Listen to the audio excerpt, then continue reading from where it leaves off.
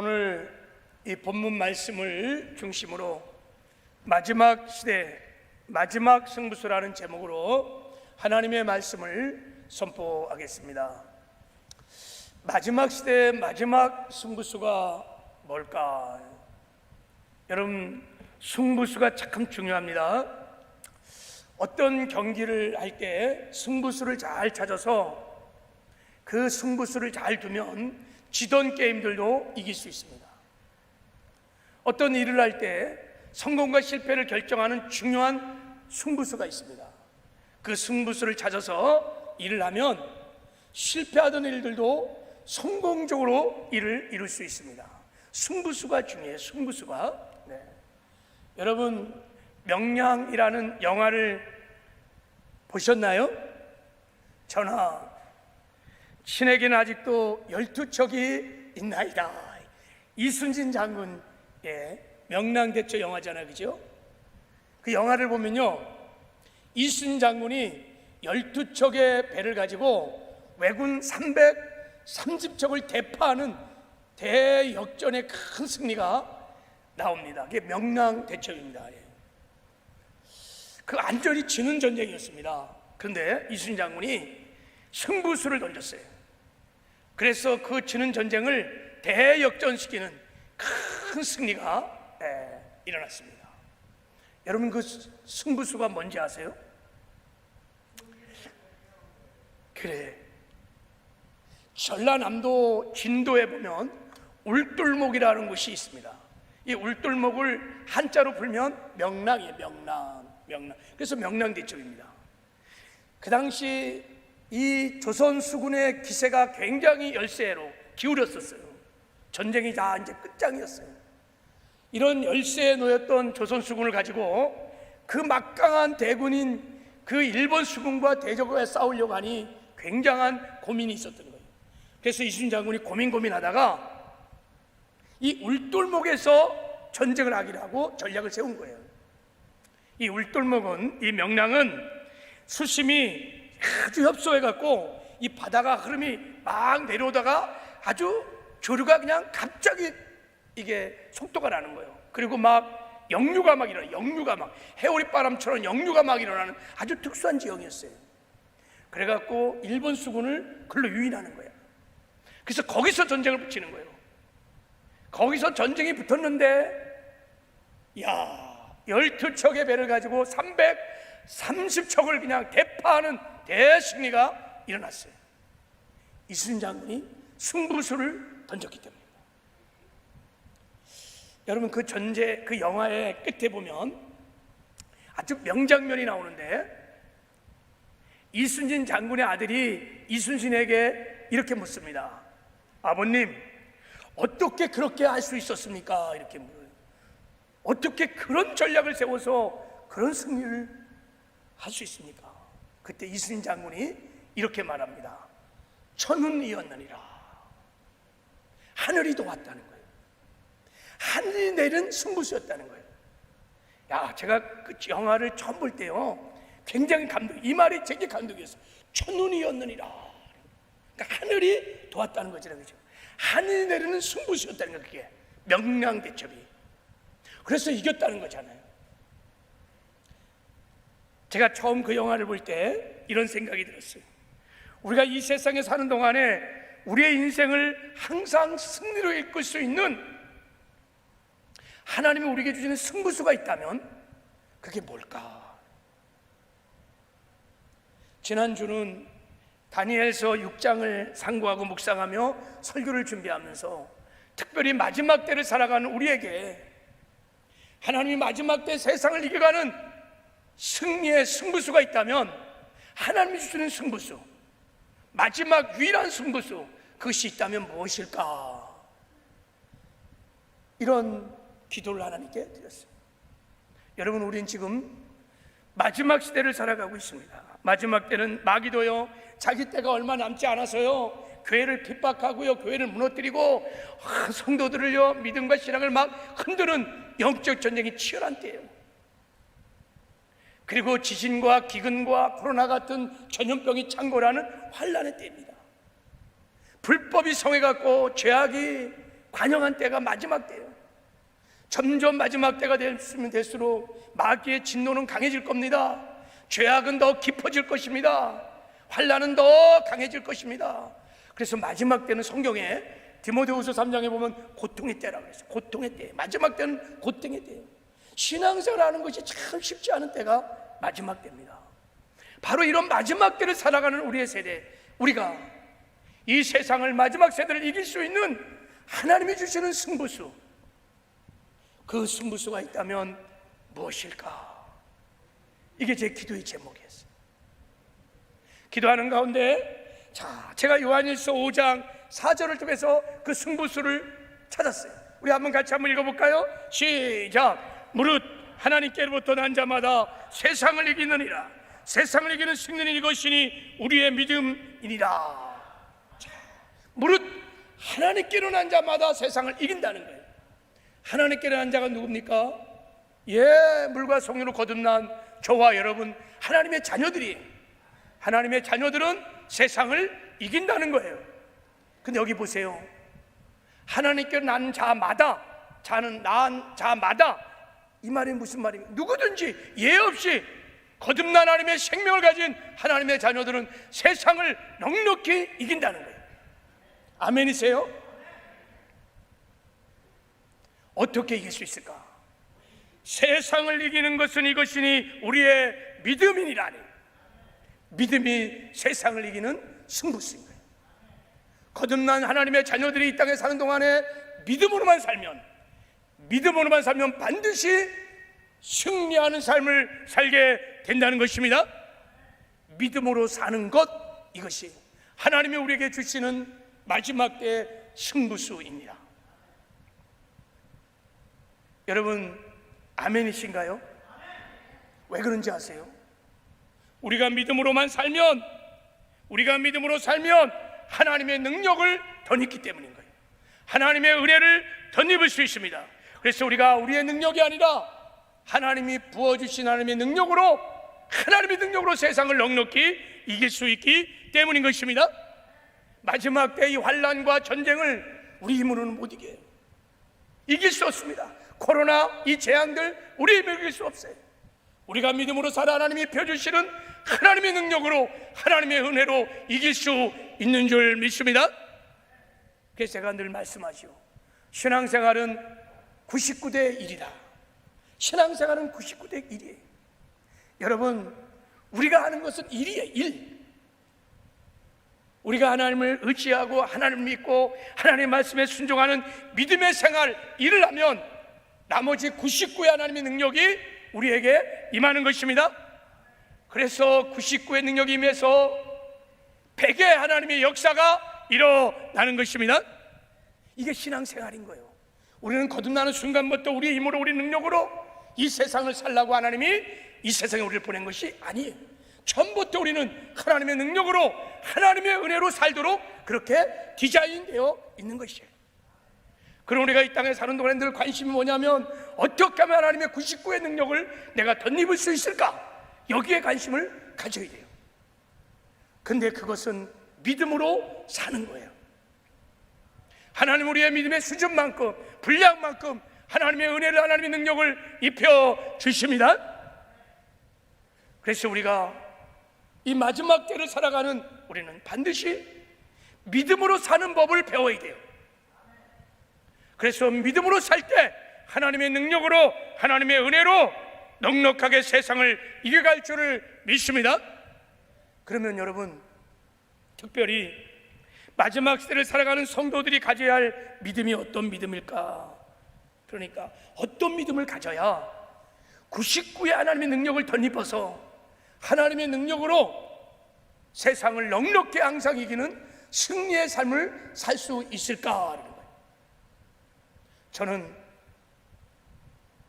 오늘 본문 다니엘서 6장에 나오는 다니엘의 믿음을 가져야, 다니엘의 믿음으로 살면 마지막 때 세상을 넉넉히 이길 수 있다고 믿습니다. 왜냐하면 여러분, 다니엘서는 말씀드렸죠. 다니엘서는 구약의 요한계시록이에요. 다니엘서는 여러분, 이 하나님의 세상 역사를 경영한 하나님의 시간표가 다니엘서에 나와 있습니다. 그리고 이 시대의 마지막 시대가 어떤 시대인지를 계시해 주는 책이 다니엘서입니다. 그리고 다니엘서는 우리가 어떻게 믿음으로 살아야 승리할 수 있는지, 다니엘과 그 다니엘 세 친구를 통하여 우리에게 그 믿음을 보여주는 책이 다니엘서입니다. 그래서 우리가 이 다니엘서의 특별히 6장을 상고하고 묵상해 보면 다니엘이 세상을 이겨가는 믿음을 살았다는 것을 우리가 볼 수 있습니다. 오늘 본문에 보면요, 다니엘이요 죽음의 위기 앞에서 믿음의 승부수를 던져갖고 하나님의 능력으로 세상을 이기는 대승리의 사건이 나옵니다.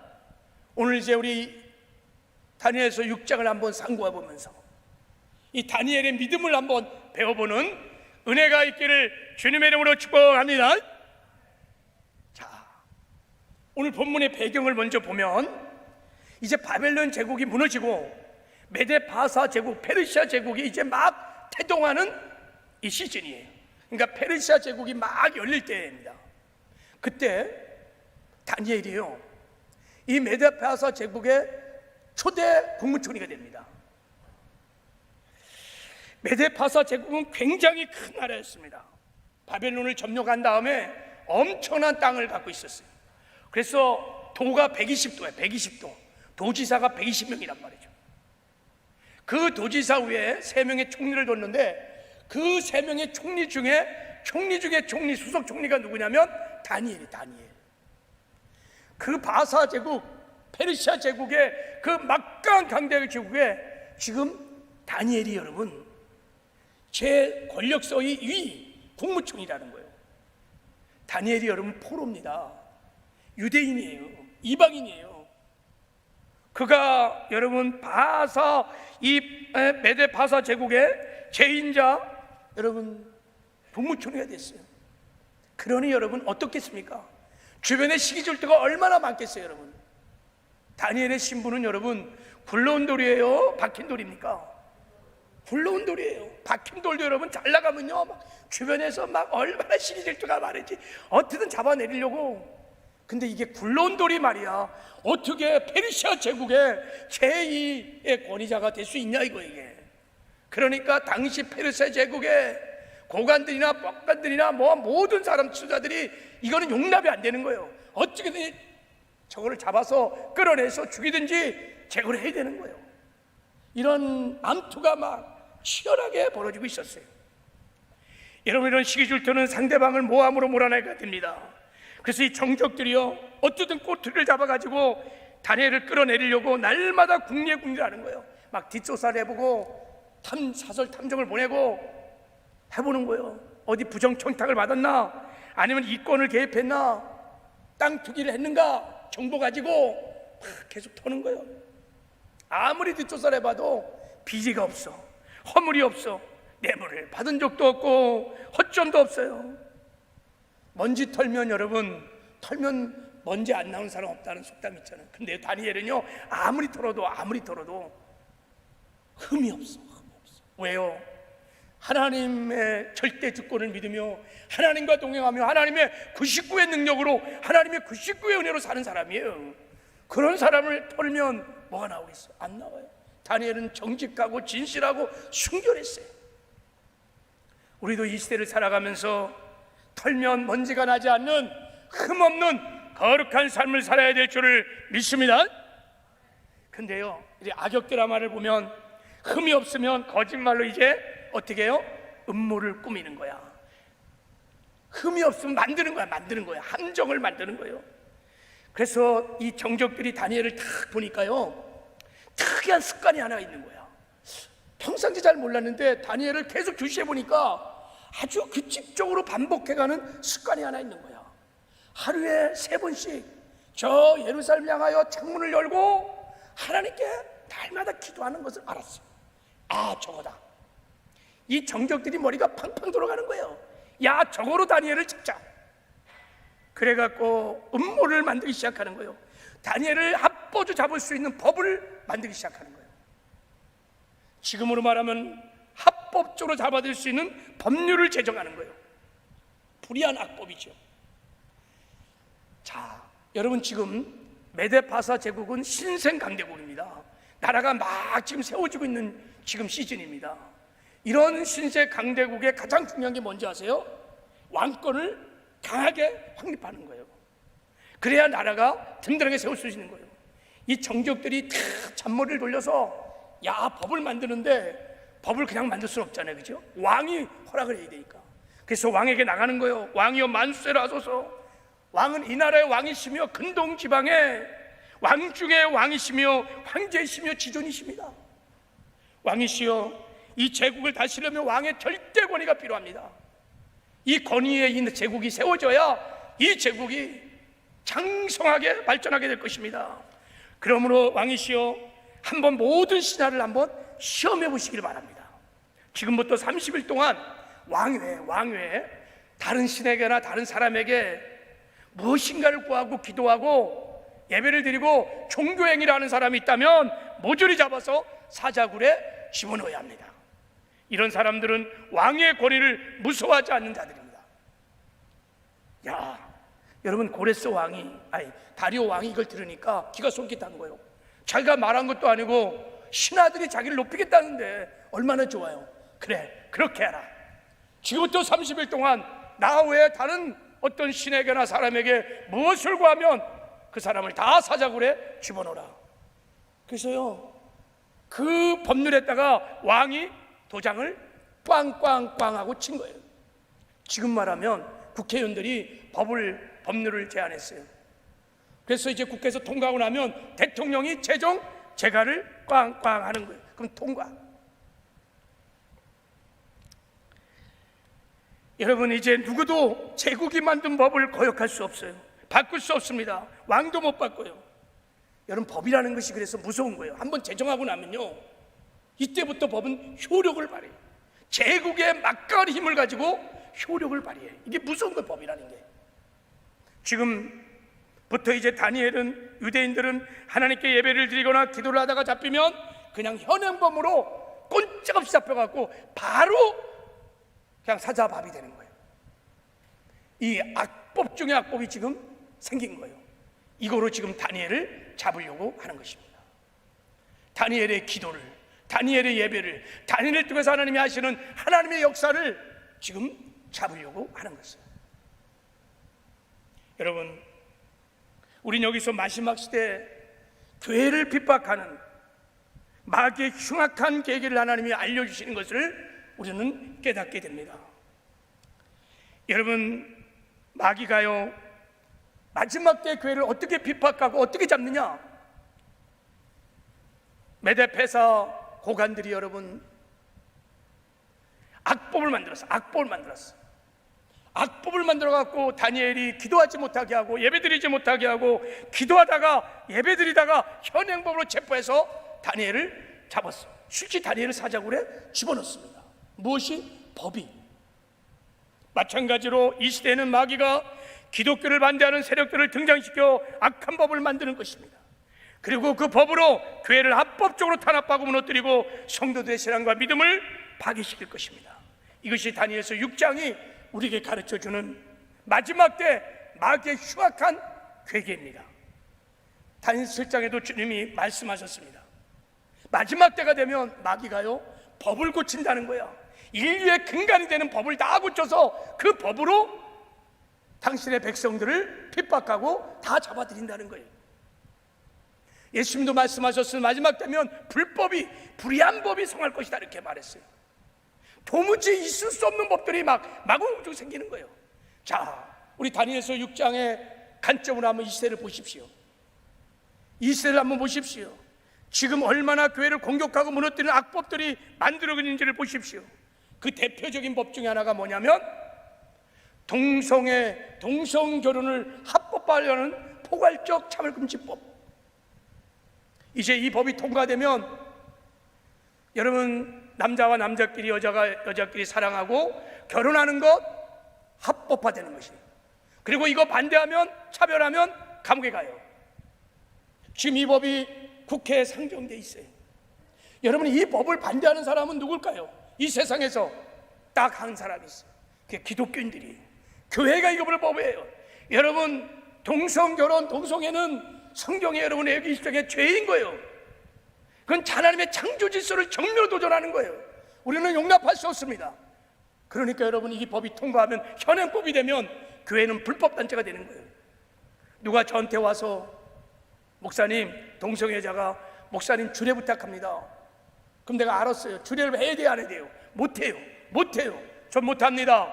그러면 여러분 차별한 거예요. 현행법을 어긴 거예요. 그때부터 저도 감옥을 가든지 벌금을 내든지 법의 심판을 받게 되는 거예요. 우리 몇 주부터 지금 운동하고 있죠. 건강가정기본법. 자, 이게 건강가정기본법이에요. 지금 국회에 상정되어 있습니다. 더불어민주당이 국회의원들이 상정시켰어요. 이 건강가정기본법의 핵심이 뭡니까? 동성결혼자들을 정식으로 가정으로 인정하겠다는 법이에요. 이제 이거 통과하고 나면 글쎄 다수당이 지금 엄청난 횡포로 엄청난 법들을 좀 막 통과시켰어요. 이것도 통과하고 나면 이제 정식으로 여러분 동성결혼자들도 합법적으로 가정으로 인정하는 거예요. 여러분 이 법이 진짜 통과되면 이제 여러분 남자 며느리, 여러분 여자 사위가 들어와요. 그것도 가정인 거야. 만약 이걸 차별했다 그러면 큰일 나. 법을 어긴 거야. 다 죽는 거예요. 감옥에 가고. 낙태, 지금 이미 우리나라는 2012년도에 낙태법을 인정 안 하는 법이 일단 통과됐어요. 그리고 지금 조정하고 있어요. 여러분 낙태를 인정해버리면 얼마나 많은 사회들이 뱃속에 다 죽을 겁니다. 하나님의 자녀의 씨를 말리는 거예요. 이 법이 이제 올해 안에 이제 결정될 겁니다. 여러분 이 법을 반대하는 것도 유일하게 누굴까요? 기독교밖에 없어요. 왜? 낙태는 죄이라는 것을, 살이라는 것을 우리는 알기 때문인 것이에요. 그럼 우리는 현행법과 싸워야 돼요. 그러면 여러분 현행법을 어기는 이제 불법자가 돼서 벌금을 내든지 감옥을 가든지 가는 거예요. 지금 작년부터 시작한 코로나로 인해서 듣지도 알지도 못했던 새로운 법이 제정되었어요. 강화되었어요. 방역법이라는 것이 생겼어요. 방역법으로 코로나라는 이유로 교회 예배를 멈춰라, 해라, 비대면으로 드려라, 교회에서 통성기도 하지 말고 소리 내지 말고 성가대 연습하지 말고 큰소리 하지 말고 다 자유지합니다. 그동안요 우리 예배 제대로 못 드렸어요. 그래서요 몇몇 교회에서 이 행정명령이 너무 부당하다, 종교의 자유가 있는 이 나라에서 어떻게 정부가 예배를 드리라 마라 할 수 있느냐 이거예요. 헌법의 기본법에 위배된다. 그리고 형평성도 없다. 왜 교회만 유독 그렇게 이 큰 공간에서 17명을 19명을 드리라면 말이 되냐 이거예요. 전철이나 관공서나 여러 사람들은 다 그렇게 빠글빠글 일하면서, 아니 이 큰 공간에 여의도 같은 곳에 수만이 들어가는 공간에 19명만 예배를 드리라고 하는 것이 형평성이 안 맞아. 그래서 행정명령 가처분 소송을 걸었어요. 사법부에서 판단했어요. 이거는 종교의 자유를 해치는 것이다. 형평성이 없다. 그래갖고요 이제 19명에서 이제 99명 들어줬다. 여러분 제가 코로나를 무시하라는 것이 아니에요. 조심해야 합니다. 지켜야 합니다. 그러나 우리가 분명히 오늘 하나님께서 다니엘서 6장을 두고 우리에게 말씀하시는, 악법을 만들어 다니엘을 잡는, 다니엘 통해서 하나님의 이루가신 하나님의 구속의 역사를 방해하는 마귀의 흉악한 계기를 우리가 분별해야 합니다. 그래서 여러분 교회가 흔들리고 예배가 멈추고 성도들의 신앙과 믿음이 다 떨어져서 얼마나 지금 어려움을 겪고 있는지 모릅니다. 무조건 그냥 따라가면, 무조건 굴복하고 순종하면, 타협하면 죽을 수 있어요. 그래서 우리가 깨워서 분별하여 대적해야 될 줄을 믿습니다. 그리고 믿음의 선한 싸움을 싸워야 돼요. 그래야 싸워서 우리가 싸울 때 하나님이 우리에게 은혜를 주시고 능력을 주셔서 이기게 하실 줄을 믿습니다. 자, 본문으로 다시 돌아가서 지금 다니엘을 잡아 죽이려고 원수들이 작정을 하고 악법을 만들어서 지금 다니엘을 무참하게 공격하는 거예요. 다니엘의 개인만 공격하는 게 아닙니다. 유대인들, 거기에 포로를 끌었던 유대인들을 공격하는 것이고 하나님의 구속의 역사를 지금 공격하고 있는 거예요. 다니엘은 선택해야 합니다. 30일 동안 기도를 하지 말든지, 아니면 기도의 장소를 바꾸든지, 창문 닫고 이불 속에서 기도를 하든지, 아니면 그 정적과 찾아가서 협상을 하든지 타협을 하든지, 아니면 종전대로 내가 하던 대로 그냥 죽으면 주려 하고 기도를 하든지 가부당 선택을 해야 돼요. 여러분이 만약에 다니엘이라면 여러분 어떻게 선택했을까요? 자, 그 앞에서 기도를 하면 현행법에 의해서 사자굴에 지금 막 들어가는 거예요. 그런 상황에서 여러분이라면 기도를 했을까요? 예배를 드렸을까요? 아니면 중단을 했을까요? 다니엘은요, 이 악법 앞에서 굴복하고 조금만 타협하면 위기를 얼마든지 벗어날 수 있는 길이 있었습니다. 그러나 다니엘은 굴복하지 않았어요. 타협하지 않았습니다. 그 법을 떠나가지도 않았습니다. 다니엘은 믿음으로 승부수를 넣었습니다. 어떻게 했느냐? 자, 우리 말씀 한번 보겠습니다. 자, 우리 10절을, 자, 우리 본문의 10절을 같이 한번 읽어보겠습니다. 10절 시작. 다니엘이 이 조서에 왕의 도장이 찍힌 것을 알고도 자기 집에 돌아가서는 윗방에 올라가 예루살렘을 향해 창문을 열고 전에 하던 대로 하루 3번씩 무릎을 꿇고 기도하며 그의 하나님께 감사하였더라 그랬어요. 다니엘이 그 조서에 왕의 도장이 찍힌 것을 알고도 다 알았어요. 무엇을 알았어요? 내가 지금 기도하면 예배드리면 현행법으로 체포돼서 바로 사자의 밥이 된다는 것을 알고도 타협하지 않고 굴복하지 않고 종전에 하던 대로 기도를 했어요. 그것도 하나님 앞에 감사의 기도를 드렸어요. 오늘 본문의 말씀을 묵상해 보면 다니엘은 전혀 꺼림도 없이 고민도 없이 번민도 없이 두려워하지 않고 하나님께 기도하고 감사 기도하고 그냥 사자굴에 들어가 버립니다. 너무나 편안하게, 너무나 의연하게, 너무나 담대하게, 너무 충격이 될 만큼 어떻게 사람이 이럴 수 있냐? 아니, 기도를 하면 예배를 드리면 나 지금 사자밥이 되는 것을 뻔히 알고 있으면서 이렇게 의연하게 담대하게 기도할 수 있을까? 예배 드릴 수 있을까? 너무 충격이었어요. 지난 1년 반 동안 코로나를 지나오면서 방역 앞에 머리 숙였던 저 자신을 보라마요. 우리의 부끄러운 모습을 보면서 다니엘의 모습 앞에서 너무 충격이었어요. 너무 도전이었어요. 어떻게 이럴 수 있을까? 우리는 예배를 드린다고 죽이는 것은 아니에요. 사자밥이 되는 것도 아니에요. 근데 다니엘은 어떻게 이럴 수 있었을까? 그것은 다니엘의 믿음 때문이었다고 믿습니다. 다니엘이 믿음이 있었어요. 다니엘이 믿음이 있었기 때문에, 그 믿음 때문에 다니엘은 기도할 수밖에 없었고, 그 믿음 때문에, 그의 삶을 움직이는 믿음 때문에 다니엘은 담대하게 사자굴에도 들어갈 수 있었던 거예요. 그럼 도대체 다니엘이 당시 가졌던 믿음은 도대체 무슨 믿음일까? 어떤 믿음일까? 예, 그 믿음이, 자, 우리 다니엘서 6장 23절에 나옵니다. 자, 우리 한번 다니엘을 믿음을 한번 보지요. 자, 우리 한번 말씀을 읽어보겠습니다. 시작. 왕이 심히 기뻐서 명하여 다니엘을 굴에서 올리라 하며 그들이 다니엘에서 굴에서 올린즉 그의 몸이 조금도 상하지 아니하였으니 이는 그가 자기 하나님을 믿음이었더라 그랬어요. 이는 그가 자기 하나님을 믿음이었더라 그랬어요. 하나님을 믿었어요. 하나님을 신뢰했다는 것입니다. 하나님을 의지했다는 것입니다. 그래서 다니엘은 그 죽음의 한복판에서 기도하며 사자굴에 들어갈 수 있었다는 거예요. 이 믿음 때문에 타협할 수 없었고, 굴복할 수 없었고, 따라갈 수 없었고, 그냥 믿음으로 기도를 했다는 것입니다. 그러면 다니엘이 믿었던 하나님은 도대체 어떤 하나님일까? 자, 다니엘을 통하여 드러난 하나님을 다리오 왕이 보고 다니엘 하나님을 이렇게 소개합니다. 자, 26절에 보면 이렇게 말합니다. 내가 이제 조서를 내리노라.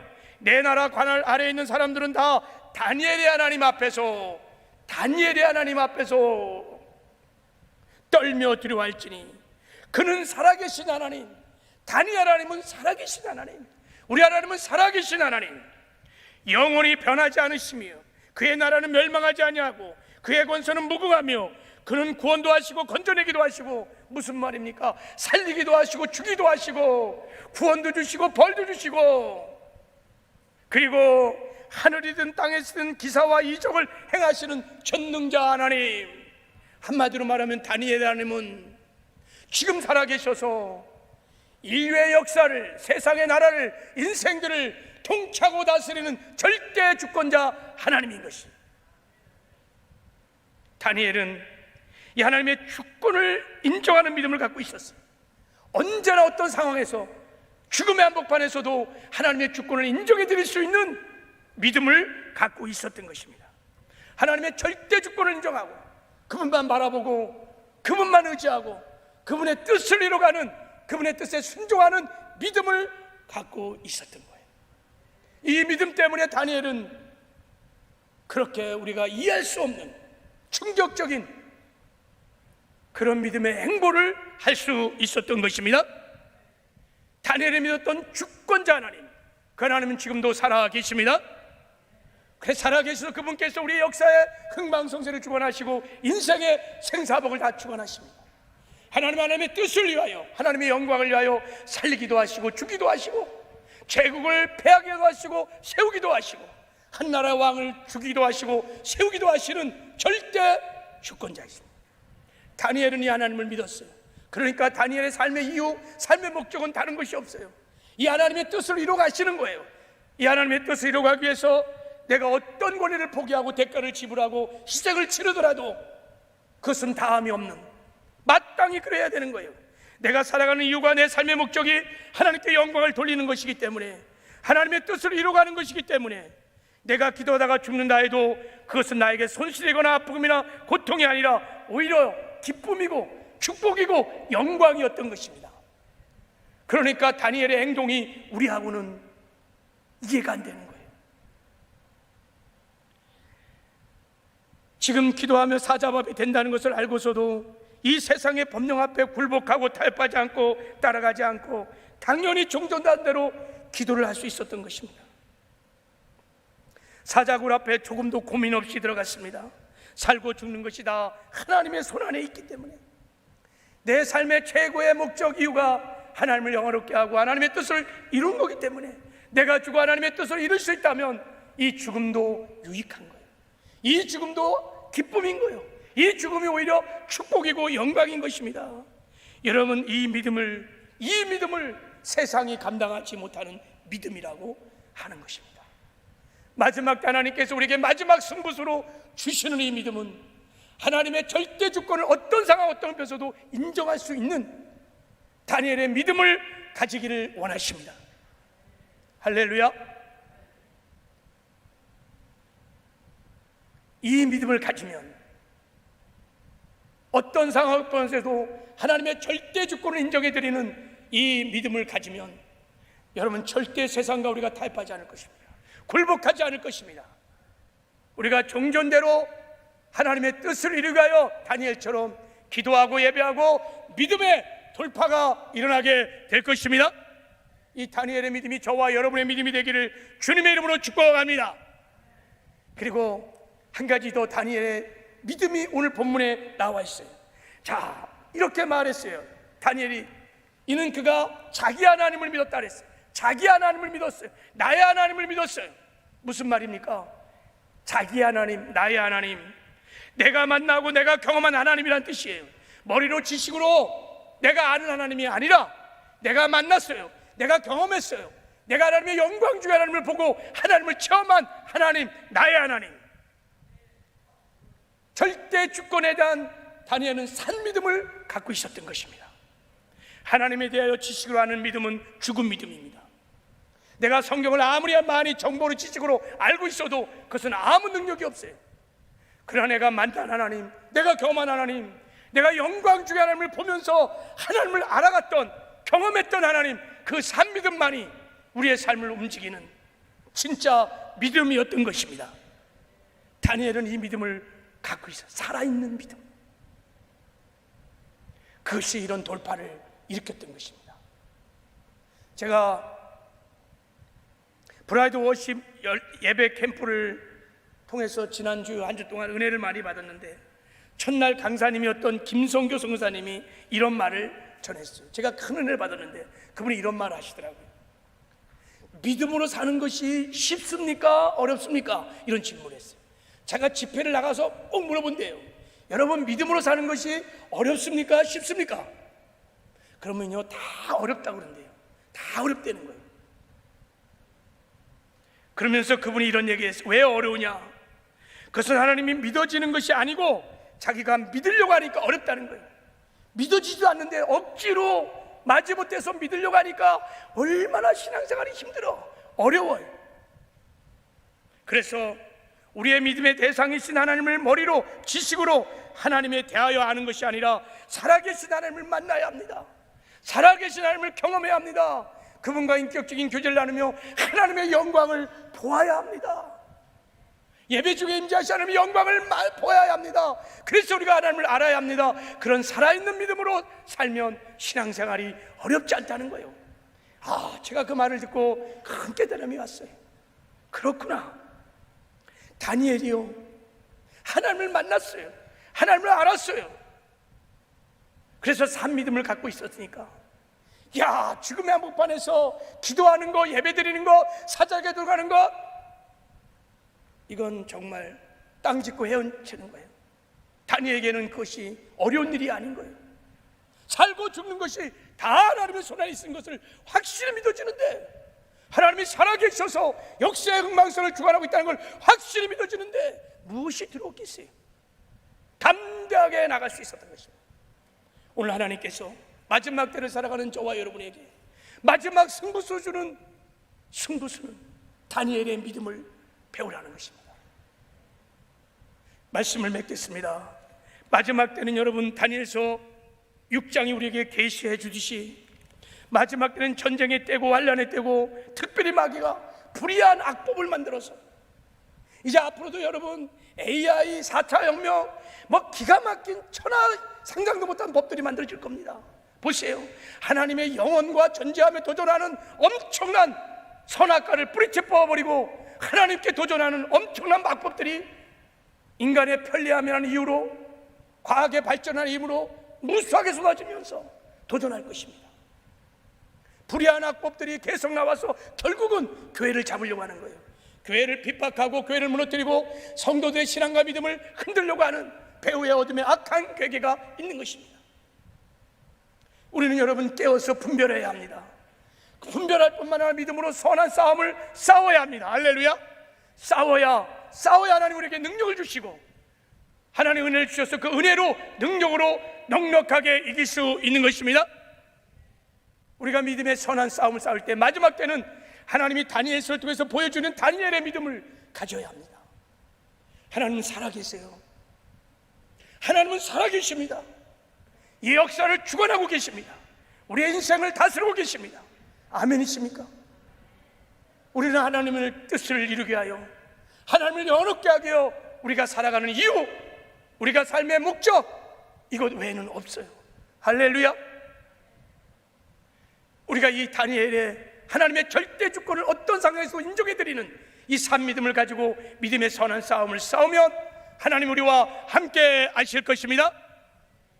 다니엘이요, 믿음으로 나가니까 하나님이 함께 하셔서 사자들의 입을 다 막아버렸어요.